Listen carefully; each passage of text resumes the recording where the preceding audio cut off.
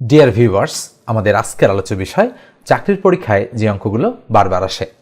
তো শুরুতেই দেখতে পাচ্ছ 1 থেকে 10 পর্যন্ত মোট 10টা টপিক রয়েছে। আজকে আমরা এই 10টা টপিক থেকে 10টা এমন গুরুত্বপূর্ণ অঙ্ক করব যেগুলো বিগত 10 বছরে বিভিন্ন চাকরির পরীক্ষায় বারবার এসেছে। তো শুরুতেই 1 নম্বরের যে টপিকটা রয়েছে এখানে কিন্তু বলা হচ্ছে লসাগু ও গসাগু, অর্থাৎ এলসিএম এবং এইচসিএফ সম্পর্কিত। তো এই ধরনের অঙ্ক শুরুতে আমরা আমাদের আজকের আলোচনায় রেখেছি। তো প্রথম অঙ্কটা তোমরা দেখো, এখানে দেখতে পাচ্ছ বলা হচ্ছে দুটি সংখ্যার অনুপাত 5:6 এবং তাদের গসাগু 4 হলে সংখ্যা দুটির লসাগু কত? 30, 48, 120 এবং 480। এই লসাগু গসাগু সম্পর্কিত এই প্রশ্নটা অসংখ্যবার এসেছে বিভিন্ন চাকরির পরীক্ষায়। তোমরা একটা জিনিস খেয়াল করবে, যদি অনুপাত বা রেশিও দেওয়া থাকে এবং গসাগু দেওয়া থাকে তাহলে লসাগু হবে এই সবগুলো সংখ্যার গুণফল। তাহলে আমরা কি করতে পারি? আমরা যদি লসাগু বের করতে চাই তাহলে লসাগু ইকুয়াল আমরা বলতে পারি যে অনুপাতের গুণফল, আমি একটু লিখে দিচ্ছি তোমাদের যাতে করে তোমরা মনে রাখতে পারো, অনুপাতের কি ফল বলতো দেখি? গুণফল গুণন হচ্ছে আমাদের গসাগু। ওকে, মনে থাকবে যে লসাগু যদি বের করতে বলে আর যদি অঙ্কটাতে অনুপাত দেওয়া থাকে তাহলে হবে অনুপাতের গুণফল গুণন গসাগু। তাহলে আমাদের আনসার খুব সহজেই বের হয়ে যাবে মুহূর্তের মধ্যেই। তাহলে বলো তো দেখি এখানে কি হচ্ছে? অনুপাতের গুণফল কত? অনুপাত হচ্ছে কিন্তু 5:6, তার মানে 5 গুণন 6, এটা গুণ করব। তার সাথে কি গুণ করব বলো তো দেখি? গসাগু গুণ করে দেব। গসাগু কত? গসাগু হচ্ছে 4, তাহলে 4 গুণ করে দিলাম, তাহলে ইকুয়াল 5 6 30, 4 30 120। দেখো মুহূর্তের মধ্যেই কিন্তু আমরা অ্যান্সারটা বের করে ফেলতে পারি। তো তোমরা একটু খেয়াল রাখবে এই ধরনের অঙ্ক, যেহেতু আমরা শর্টকাট মেথডে অঙ্কগুলো করব।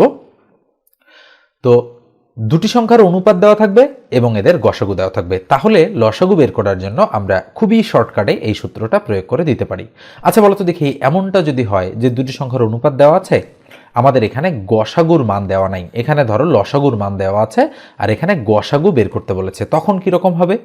জাস্ট একটু খেয়াল করে দেখো যে আমরা যদি এই গসাগু বের করতে চাই তাহলে অনুপাতের গুণফলটা লসাগুর নিচে চলে আসে। তাহলে লসাগুকে যদি আমি এল ধরি আর অনুপাতের গুণফলকে যদি আমি ও ধরি আর গসাগুকে যদি আমি জি ধরি, তাহলে বলো তো কি দাঁড়াচ্ছে? আমাদের দাঁড়াচ্ছে কিন্তু এল ইকুয়াল ও গুণন জি। ওকে, তাহলে জি মানে কি হবে বলো তো দেখি? জি মানে L divided by O equal to G, এটা হচ্ছে। তার মানে আমি বোঝাতে চাচ্ছি যে ও মানে কিন্তু অনুপাতের গুণফল আমি বলেছি, তাহলে এলকে মানে লসাগুকে অনুপাতের গুণফল দ্বারা ভাগ করলে কি পাওয়া যাবে? গসাগু পাওয়া যাবে। তাহলে আমরা সূত্রটা এখানে লিখি, আমরা বলতে পারি গসাগু ইকুয়াল লসাগু ভাগ হচ্ছে অনুপাতের কি ফল? গুণফল। ঠিক আছে, এই যে সূত্রটা আমি একটু পরেই তোমাদের দুইটা প্র্যাকটিস দিচ্ছি, তোমরা এই জিনিসটা যদি ভালোভাবে বুঝে থাকো তাহলে সে অঙ্ক দুটা করতে পারবে। ওকে, তো দেখো প্রথম আমি এইচডব্লিউটা তোমাদের দিচ্ছি। খেয়াল করো এখানে কি বলা হচ্ছে যে দুটি সংখ্যার অনুপাত 5:6 এবং তাদের গসাগু 8 হলে লসাগু কত? তো প্রথমে যে আমি অঙ্কটা করে দিলাম সেটার মতোই এটা। তোমরা এই অঙ্কটা করে কমেন্ট সেকশনে কমেন্টে জানাও এটার অ্যান্সার কত। দেখো তোমরা লিখবে কমেন্ট সেকশনে যে HWA, ওকে, লিখে ক্লোন দিয়ে তোমরা অ্যান্সারটা এখানে লিখে দেবে। এভাবে তোমরা কমেন্ট করবে, ঠিক আছে?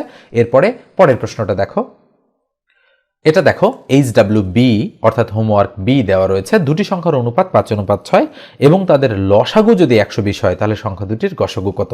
নিশ্চয়ই এতক্ষণের আলোচনা থেকে তুমি বিষয়টা বুঝে গিয়েছো যে কিভাবে এই অঙ্কটা করতে হবে। তো তুমি এই HWটাও কিন্তু ঠিকঠাকভাবে করে কমেন্ট সেকশনে জানায় দাও। 2 নম্বর অঙ্কটা দেখো, এই অঙ্কটা কিন্তু অসংখ্যবার বিভিন্ন চাকরির পরীক্ষায় এসেছে। বলা হচ্ছে চিনির মূল্য 25% বৃদ্ধি পাওয়াতে একটি পরিবার চিনি খাওয়া এমনিভাবে কমালো যে চিনি বাবদ ব্যয় বৃদ্ধি পেল না। ওই পরিবার চিনি খাওয়ার খরচ শতকরা কত কমিয়েছিল? এই ধরনের অঙ্ক দেখোনি এমন স্টুডেন্ট খুব কমই রয়েছে। তো দেখো এরকম যদি অঙ্ক আসে তোমরা একটু খেয়াল করবে যে এখানে কি বলেছে, বৃদ্ধি বলেছে নাকি হ্রাস বলেছে, এই বিষয়টা একটু খেয়াল করবে। তো যদি বৃদ্ধি বলে তাহলে বলো তো 25% মানে কি? 100তে 25, তার মানে আমরা যেটা করব সেটা হচ্ছে 100 গুণন 25, আমরা এটা লিখব। লেখার পরে আমরা নিচে টান দেব, টান দিয়ে কি করব? যেহেতু বৃদ্ধি তার মানে আমরা লিখব 100 যোগ হচ্ছে 25, আমরা এটা লিখে ফেলবো। ঠিক আছে, আমি কি বললাম? আচ্ছা, যদি এখানে বৃদ্ধির জায়গায় হ্রাস বলতো তাহলে কি হতো? উপরেরটা ঠিকই থাকতো, নিচে হতো কিন্তু 100 বিয়োগ 25। তার মানে হ্রাস বললে মাইনাস হতো, যেহেতু বৃদ্ধি বলেছে তাই এখানে প্লাস দিয়েছে। আচ্ছা, যদি 20%-এর 25%-এর জায়গায় যদি ধরো 20% থাকতো তাহলে কি করতাম? তাহলে এখানে আমরা লিখতাম 100 গুণন 20 আর নিচে লিখতাম 100 যোগ 20। নিশ্চয়ই বুঝতে পারছো বিষয়টা কিভাবে কাজ করবে। তাহলে এখন আমরা যদি এটা ক্যালকুলেশন করি তাহলে উপরে 100 গুণন 25 থাকবে আর নিচে কত থাকবে বলো তো দেখি? 100 যোগ 25 মানে কত? 125। আমরা যদি কাটাকাটি করি তাহলে 5 25-এ 125 আর 5 20-এ 100। তার মানে আমাদের সঠিক উত্তর কত পার্সেন্ট? 20%। তার মানে শতকরা কত খরচ কমিয়েছিল ওই পরিবার চিনি খাওয়ার? 20%। তার মানে গ নম্বর আনসারটা রাইট। এবার দেখো আমি একটা অঙ্ক তোমাদের দিচ্ছি। এই এইচডব্লিউটা দেখো, বলা হচ্ছে চিনির মূল্য 10% কমে যাওয়ায় চিনির ব্যবহার শতকরা কত ভাগ বাড়ালে চিনি বাবদ খরচ একই থাকবে। তো আমার এতক্ষণের আলোচনা থেকে নিশ্চয়ই তোমরা নিশ্চিত হয়ে গিয়েছো যে এই অঙ্কটা কিভাবে করতে হবে। তো তোমরা এই অঙ্কটাও ঠিকভাবে করে কমেন্ট সেকশনে আমাকে আনসার জানাও এবং আমি কিছুক্ষণের মধ্যেই তোমাদের আনসারটা বের করে দিচ্ছি এই অঙ্কটা। ওকে, তো তোমাদের ভিডিওটা তোমরা পজ করতে পারো, এই পর্যায়ে পজ করে অঙ্কটা করে কমেন্ট সেকশনে অ্যান্সারটা জানিয়ে আসতে পারো, এরপরে আমি অঙ্কটা করে দিচ্ছি। তো ঠিক আছে, আমার মনে হয় যে অঙ্কটা তোমাদের করা হয়ে গিয়েছে। তাহলে দেখো, বলা হচ্ছে চিনির মূল্য 10% কমে যাওয়ায়, আচ্ছা 10% কমে যাওয়ার অর্থ কি? আমি কি বলেছিলাম? আচ্ছা 10% মানে কি সেটা আগে বলো। 10% মানে হচ্ছে 100-তে 10। তার মানে আমি কি বলেছি? 100 গুণন 10 তোমরা উপরে দিয়ে দিবে আর নিচে কি করবে? যেহেতু কমে গিয়েছে বলেছে, কমে যাওয়া হ্রাস পাওয়া, তার মানে 100 বিয়োগ 10 তোমরা নিচে লিখে দেবে। তাহলে কি দাঁড়ালো বলো তো দেখি? উপরে দাঁড়ালো 100 গুণন 10 আর নিচে কত দাঁড়ালো? 100 থেকে 10 বাদ দিলে কত হয়? 90। আমরা যদি 0 আর 0 কেটে দিই তাহলে উপরে 100 থাকে, নিচে থাকে 9। তার মানে উপরে 100, তার নিচে হচ্ছে 9। আমরা যদি ভাগ করি 100-কে 9 দ্বারা তাহলে 9 11 কত হয়? 99। কত থাকে বলো তো দেখি? অবশিষ্ট থাকে 1। এই 9টা আমরা টান দিয়ে নিচে লিখতে পারি আর এই 1টা উপরে লিখতে পারি। তাহলে এত শতাংশ, এটা হচ্ছে আমাদের আনসার। আনসারটা কি? ক নম্বর। ওকে, তো ভিডিওর এই পর্যায়ে আমি একটু তোমাদের বলি, আমার ম্যাথের একটা বেসিক কোর্স রয়েছে। আমি কোর্সের ডিটেলস তোমাদের সঙ্গে এখনই দিয়ে দিচ্ছি। স্ক্রিনে দেখতে পাচ্ছ basic math course. Total course fee আমি ধরেছি 510 টাকা। এই অফারটা সীমিত সময়ের জন্য এবং এই যে কোর্সটা আমার নিশ্চয়ই ইতিমধ্যে অনেকে দেখেছো, আমি দু একটা ভিডিওতে এই কোর্সটার ব্যাপারে তোমাদেরকে বলেছি। যা যা থাকছে এই কোর্সে আজকে আমি ডিটেলস দিয়ে দিচ্ছি। 24টা লাইভ ক্লাস থাকবে এবং 12টা রেকর্ডেড ক্লাস থাকবে, মোট 36টি ক্লাস থাকবে এবং 20টি পিডিএফ পাবে তোমরা। এই ক্লাসগুলোর উপরেই বিভিন্ন রকম অঙ্ক সেখানে রয়েছে এবং চাকরির পরীক্ষায় অত্যন্ত গুরুত্বপূর্ণ যে অঙ্কগুলো, সেই অঙ্কগুলো নিয়েই এই 20টি পিডিএফ তৈরি করা হয়েছে এবং সেখানে মোট কিন্তু 500+ অঙ্ক থাকবে, অত্যন্ত গুরুত্বপূর্ণ। একেবারেই হচ্ছে চাকরির পরীক্ষায় যেগুলো অসংখ্যবার করে এসেছে, এই ধরনের আমরা অঙ্কই এই 20টি পিডিএফে রাখবো এবং এই অঙ্কগুলোই আমরা আমাদের ক্লাসে আলোচনা করে দিব। পাশাপাশি তোমাদের জন্য কিছু স্টুডেন্ট ওয়ার্ক সেখানে থাকবে। দেখো, এই ক্লাসগুলোর পাশাপাশি এবং পিডিএফ শিটের পাশাপাশি তোমাদের একটা ফেসবুকের প্রাইভেট গ্রুপে হচ্ছে মেম্বারশিপ দেওয়া হবে, যেখানে ক্লাসগুলো 1 বছর পর্যন্ত রেকর্ডেড থাকবে এবং তুমি সেগুলো ডাউনলোড করেও নিতে পারবে সেখান থেকে। কোর্সে যদি তোমরা জয়েন করতে চাও তাহলে অবশ্যই ডেসক্রিপশন বক্সে দেয়া লিঙ্কে ক্লিক করে ফর্মটা পূরণ করো, অথবা যারা এই ফর্মটা পূরণ করতে চাচ্ছ না তারা সরাসরি আমার সঙ্গে এই নম্বরে যোগাযোগ করো। আমি ডিটেলস তোমাদেরকে জানিয়ে দেব এবং কিভাবে তোমরা টাকা পাঠাবে আমি সেই সিস্টেমটাও বলে দিচ্ছি। দেখো, এখানে টাকা পাঠানোর নিয়ম বলা হচ্ছে যে 01738280760 এই নম্বরে 510 টাকা বিকাশ করতে হবে এবং সেটা অবশ্যই সেন্ট মানি। আর টাকা পাঠানোর পর নাম এবং জেলার নাম লিখে SMS করতে হবে এই নম্বরেই। ঠিক আছে, যে নম্বরে টাকা পাঠাবে সেই নম্বরেই। অথবা তোমরা যারা হোয়াটসঅ্যাপ ইউজ করো তারা টাকা পাঠানোর যে স্ক্রিনশটটা আছে সেই স্ক্রিনশটটা তোমরা এই নম্বরে হচ্ছে পাঠিয়ে দিতে পারো। ঠিক আছে, এবং কোর্স আমাদের শুরু হবে কিন্তু জানুয়ারি মাসের 1 তারিখ, অর্থাৎ 2024 সালের জানুয়ারির 1 তারিখ আমাদের এই কোর্সটা লঞ্চ হয়ে যাবে। এবং মনে রাখবে, অফারটি সীমিত সময়ের জন্য, মাত্র 99 জন এই অফারটা গ্রহণ করতে পারবে। ঠিক আছে, 99 জন হয়ে গেলে আমরা কিন্তু অফারটা ক্লোজ করে দিব। তো যত দ্রুত সম্ভব তুমি হচ্ছে টাকা পাঠিয়ে অথবা ফর্মটি পূরণ করে আমার সঙ্গে এই নম্বরে যোগাযোগ করো। ঠিক আছে, 150 মিটার লম্বা ট্রেন 450 মিটার লম্বা একটি প্ল্যাটফর্মকে 20 সেকেন্ডে অতিক্রম করলে ওই ট্রেনের গতিবেগ প্রতি সেকেন্ডে কত হবে? 40 মিটার, 30 মিটার, 25 মিটার নাকি 20 মিটার? খেয়াল করো, এই ধরনের অঙ্ক মানে খুবই সহজ, কিন্তু অঙ্কগুলো আমরা কঠিনভাবে চিন্তা করি। তো খেয়াল করো, 150 মিটার লম্বা ট্রেন। তো ধরো এই হচ্ছে একটা ট্রেন যেটা হচ্ছে 150 মিটার লম্বা, ওকে, এবং বলেছে 450 মিটার লম্বা একটা প্ল্যাটফর্ম রয়েছে। তো ধরলাম আমি এটা একটা প্ল্যাটফর্ম যেটার দৈর্ঘ্য কত? 450 মিটার। আচ্ছা বলো তো দেখি, যে 20 সেকেন্ডে যেহেতু ওই প্ল্যাটফর্মকে ট্রেনটা অতিক্রম করে, ওই ট্রেনের গতি প্রতি সেকেন্ডে কত সেটা আমাদের কাছে জানতে চাওয়া হচ্ছে। তাহলে আমরা একটা বিষয় এখান থেকে খুঁজে, সরি আজান দিচ্ছিল এই জন্য আমরা ভিডিওটা পজ করেছিলাম, তো আমরা আবার কন্টিনিউ করছি। 150 মিটার লম্বা যেহেতু ট্রেন, এটা আমরা ধরলাম 150 মিটার লম্বা ট্রেন, এবং এটা হচ্ছে একটা প্ল্যাটফর্ম যেটা কত মিটার? যেটা 450 মিটার, ঠিক আছে। তো 20 সেকেন্ডে যেহেতু অতিক্রম করে, আচ্ছা এইখানে কিন্তু বিষয়টা বুঝতে হবে তোমাদেরকে, যে অতিক্রম করা মানে কি? অতিক্রম করা মানে কি 450 মিটার অতিক্রম করা? কখনোই না। দেখো, এই ট্রেনটা যখন প্ল্যাটফর্মে ঢোকার পর কিন্তু ট্রেনটা এই যে প্ল্যাটফর্ম থেকে মাথা বের করলো, মাথা বের করার সাথে সাথেই কিন্তু ট্রেনটা প্ল্যাটফর্মকে অতিক্রম করে না। যতক্ষণ না পর্যন্ত এই ট্রেনের এই লেজটা প্ল্যাটফর্মটাকে অতিক্রম করে যাচ্ছে, ততক্ষণ না পর্যন্ত কিন্তু আমরা বলতে পারি না যে ট্রেনটা প্ল্যাটফর্ম ছেড়ে গিয়েছে। তার মানে ট্রেনটা প্ল্যাটফর্ম ছেড়ে তখনই যাবে যখন এই 150 মিটার টোটালটাই অতিক্রম করবে ট্রেনটা। তার মানে আমাদের এই দূরত্ব অতিক্রম করতে হবে কিন্তু 450-এর সাথে আরও প্লাস 150। এই হচ্ছে মোট দূরত্ব কত মিটার? 600 মিটার। এই বিষয়টা যদি তুমি না বুঝতে পারো, তাহলে কখনোই কিন্তু এই অঙ্কগুলো ঠিকভাবে করতে পারবে না। এইবার দেখো, আমাদের কিন্তু মিটারে বের করতে বলেছে যে 20 সেকেন্ডে হচ্ছে যদি অতিক্রম করে এই 600 মিটার, তাহলে ওই ট্রেনটার গতিবেগ প্রতি সেকেন্ডে কত মিটার? তাহলে আমরা কি বের করব? আমরা মিটার বের করব। তাহলে আমরা এখানে বলতে পারি যে 20 সেকেন্ডে যায় কত মিটার বলো তো দেখি? 600 মিটার আমরা বললাম। তাহলে 1 সেকেন্ডে কতটুকু যাবে? তাহলে 1 সেকেন্ডে যায় 600কে কত দ্বারা ভাগ? 20 দ্বারা ভাগ। তাহলে 600কে 20 দ্বারা ভাগ করলে 0 0 কাটা, তাহলে 30 দুগুণ 60, ঠিক আছে। তার মানে কত মিটার? 30 মিটার। তাহলে এইভাবে যদি তোমরা করতে পারো, তাহলে খুব সহজেই কিন্তু অঙ্কটা হয়ে যাবে। তো মূল থট কিন্তু এখানেই, ঠিক আছে, যে ট্রেনটা 150 মিটার আর প্ল্যাটফর্মটা 450 মিটার। ট্রেনটা যদি অতিক্রম করে, তাহলে মোট 600 মিটার দূরত্ব তাকে অতিক্রম করতে হবে। ওকে, এই হচ্ছে আমাদের অঙ্ক। তো ভিডিওর এই পর্যায়ে একটু বলি, যারা ফেসবুক থেকে দেখছো তারা অবশ্যই ফলো দিয়ে দাও, আর যারা ইউটিউব থেকে দেখছো তারা মাস্ট বি সাবস্ক্রাইব করবে, আর ভিডিওটাতে একটা লাইক দিতে ভুলবে না। ওকে, আমরা এবার পরের অঙ্কটাতে চলে যাচ্ছি। 4 নম্বর অঙ্কটা দেখো, কি বলা হচ্ছে যে সরল সুদের হার শতকরা কত টাকা হলে যে কোনো মূলধন 8 বছরে সুদে আসলে 3 গুণ হবে? তাহলে কি বলেছে এই অঙ্কটাতে? সরল সুদের হার শতকরা কত, তার মানে সুদের হার আমাদেরকে বের করতে হবে। তাহলে যেটা বের করতে হবে সেটার নিচে আমরা আন্ডারলাইন করে রাখলাম। দেখো বিষয়টা কি, যে যেহেতু বলেছে যে সরল সুদের হার শতকরা কত টাকা হলে যে কোনো মূলধন 8 বছরে সুদে আসলে 3 গুণ হবে, তাহলে এই ধরনের অঙ্কে আমরা শুরুতে আসলটা ধরে নেই। তাহলে আমরা ধরলাম যে আমাদের আসল ইকুয়াল টু 100 টাকা। তাহলে সুদে আসলে 3 গুণ হওয়ার অর্থ কি? তাহলে আমরা বলতে পারি সুদে আসলে 3 গুণ মানে কি? 300 টাকা হবে। আচ্ছা বলো তো দেখি, তাহলে আমাদের সুদ কত? আমাদের সুদ কিন্তু 200 টাকা। এই বিষয়টা কিন্তু আমরা যে আসল 100 টাকা ধরেছি সেই অনুপাতে সুদ আসল 300, যেহেতু বলেছে 3 গুণ, আর সুদ 200 টাকা। আচ্ছা বলো তো দেখি কত বছরে সেটা হয়েছে? 8 বছরে। তো আমরা নিশ্চয়ই বলতে পারি যে 8 বছরে এই 200 টাকা সুদ হয়েছে। তাহলে 1 বছরে কত টাকা সুদ হয়েছে? তাহলে তো আমাদের উত্তরটা বের হয়ে যাবে।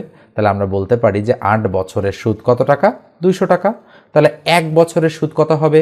200কে 8 দ্বারা ভাগ। তাহলে 1 বছরের সুদ, তার মানে সুদের হার বের হয়ে যাবে।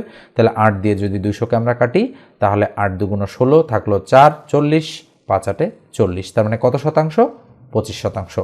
তার মানে সরল সুদের হার কত টাকা হবে? 25 টাকা।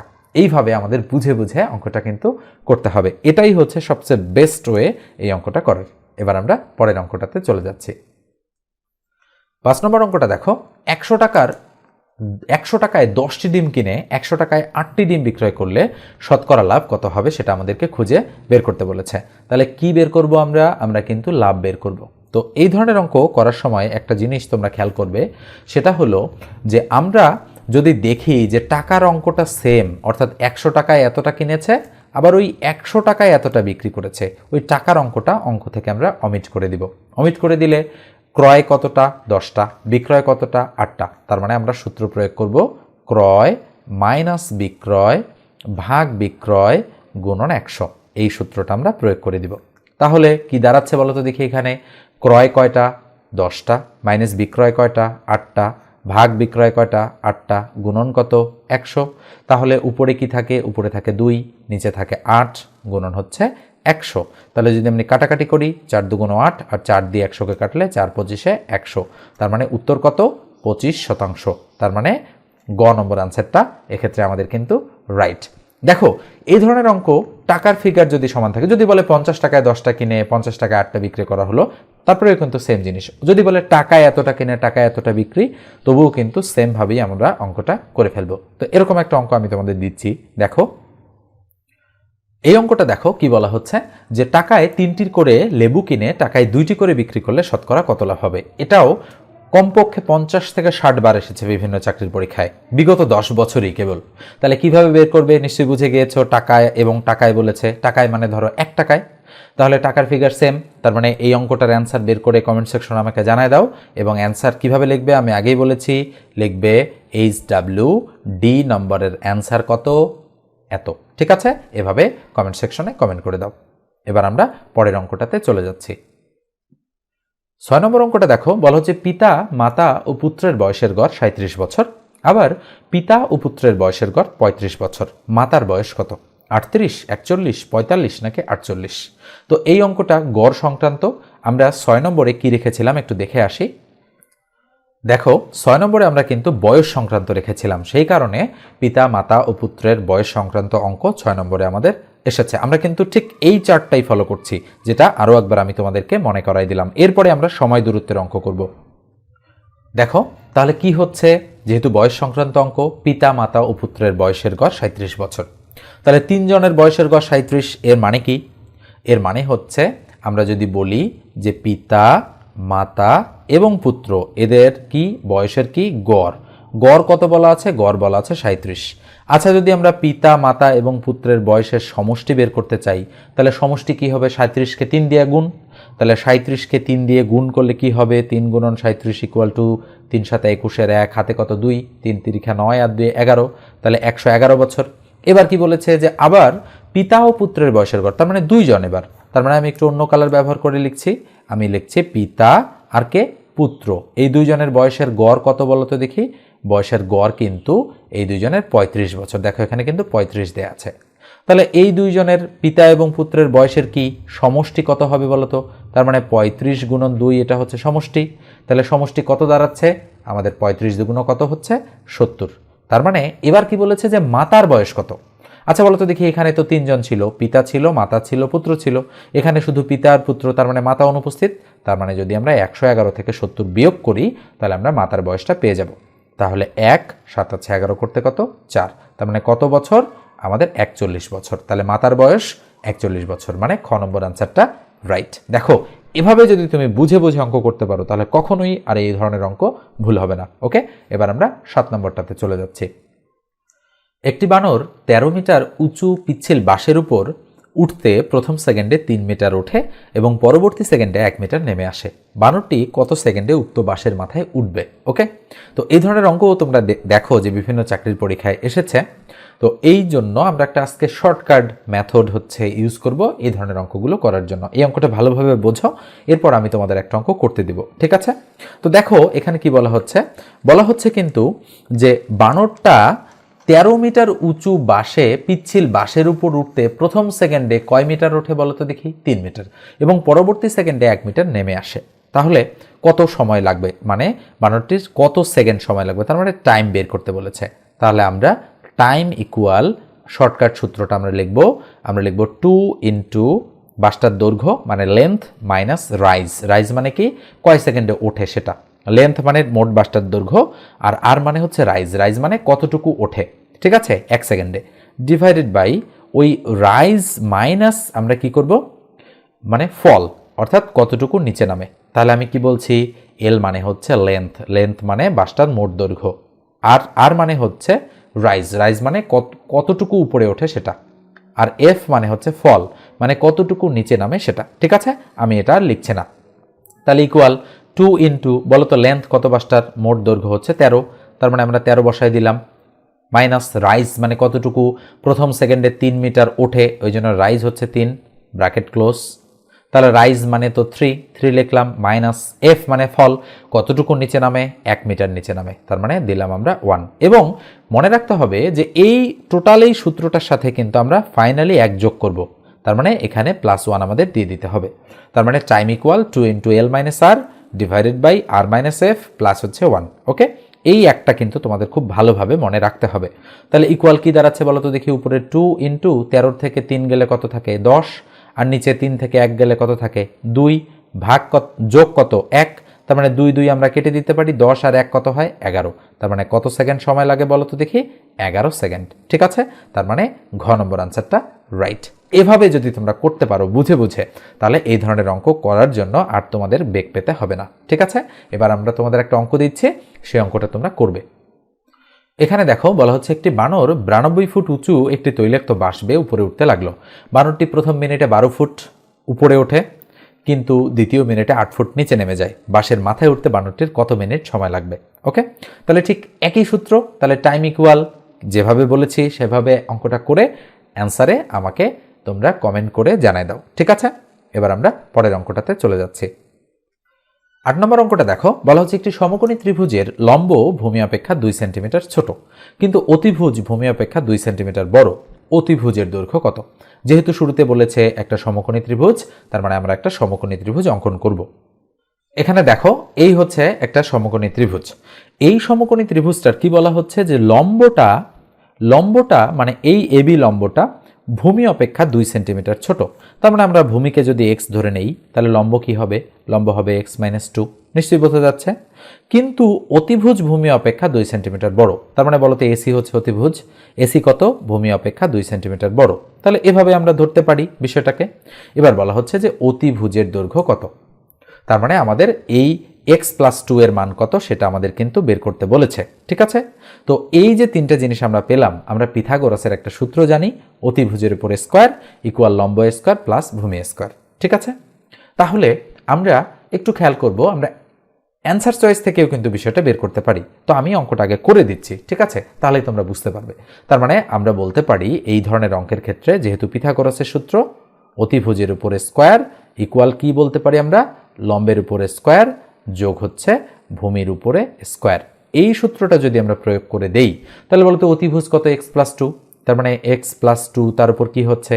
তার উপর স্কোয়ার হচ্ছে। দেখো অঙ্কটা কিন্তু মোটামুটি কঠিন। ঠিক আছে, লম্ব কত? লম্ব হচ্ছে x-2, তাহলে x-2 তার উপর আমি হোল স্কোয়ার দিতে পারি, আর প্লাস ভূমি হচ্ছে x এর উপর আমি স্কোয়ার দিয়ে দিলাম। ঠিক আছে, তো এই যেহেতু আমাদের সূত্রটা, তো সেক্ষেত্রে আমরা এখানে a প্লাস বি হোল স্কোয়ারের সূত্র প্রয়োগ করে দিতে পারি। তার মানে আমরা বলতে পারি a স্কোয়ার প্লাস 2ab, তাহলে a b হচ্ছে 2 2 4, তার মানে 4x প্লাস হচ্ছে 2 2 4 ইকুয়াল আবার এখানে a square minus 2ab plus B square, তাহলে a square minus 2ab plus হচ্ছে বি স্কোয়ার আর প্লাস কি এক্স স্কোয়ার।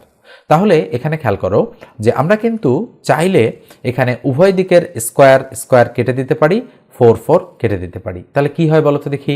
আমাদের কিন্তু এই সব জিনিসকে, অর্থাৎ এটাকে যদি আমরা এই দিকে পার করে দেই বা এটাকে যদি আমরা এই দিকে পার করে দেই, তাহলে কি হয় বলো তো দেখি?